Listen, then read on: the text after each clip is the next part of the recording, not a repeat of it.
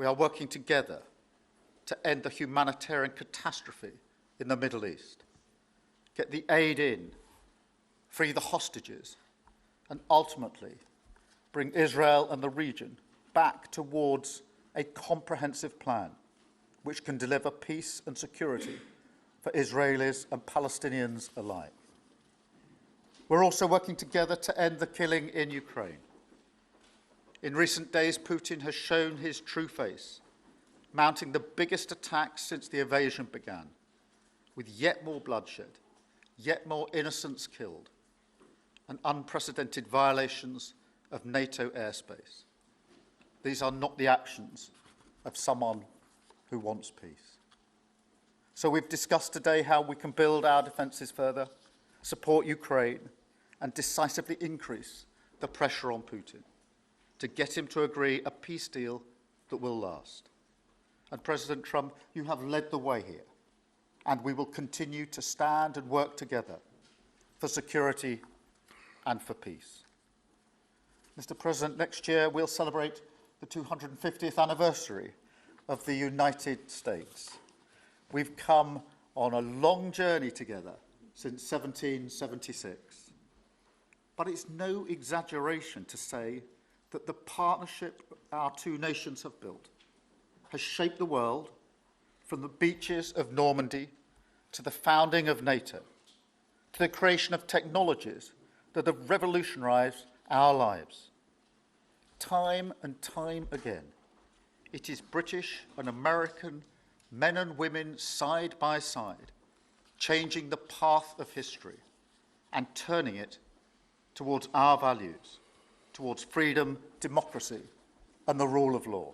A plan for peace, which we're working hard on, which not only did we discuss this morning, but our two teams have been working together on, that the question of recognition needs to be seen. And so it's part of that overall package which hopefully takes us from the appalling situation we're in now to the outcome of a safe and secure Israel, which we do not have, and a viable Palestinian state. Thank you.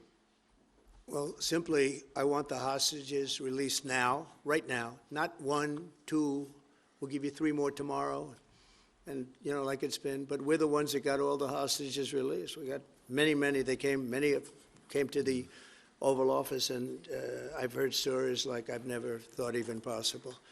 There was no humanity, no anything. I said to them, I said, was there any warmth shown during this stay? Like they offered you a little extra meal, they gave you a little smile, and they said, don't worry, you'll be okay. And every one of them said, not even a little bit. Amazing, you know, to think that during this stay, long stay in some cases. We had a man the other day, 451 days he was there. I always ask that question. And was there any warmth shown? Just a little word of, you know, encouragement. And the answer is every time, absolutely not. I'm shocked to hear it, because in the worst cases, there's always somebody that comes through. We have to remember October 7th, one of the worst, most violent days in the history of the world, not just there, the history of the world. And I got to see the tapes, and I wish I didn't see them, actually, but I got to see them. And I want an end. I want the hostages released, and I think it's going to be okay. But it has been a brutal period of time.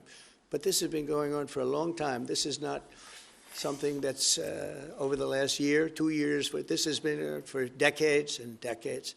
But we want it to end. We have to have the hostages back immediately. That's what the people of Israel want. They want them back. And we want the fighting to stop, and it's going to stop. But a lot of bad things. You know, Hamas said that they're going to put the hostages up as bait.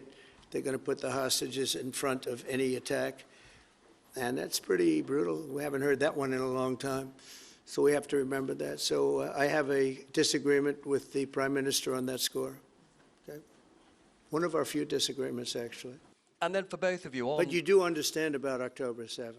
Of course, you do understand. So believe me, I understand. One of the worst days in the history of humanity. What happened, I have seen the tapes. Babies that are 4 months old and just chopped up to pieces. And you've seen the tapes, and I've seen the tapes. You're a professional, and so am I.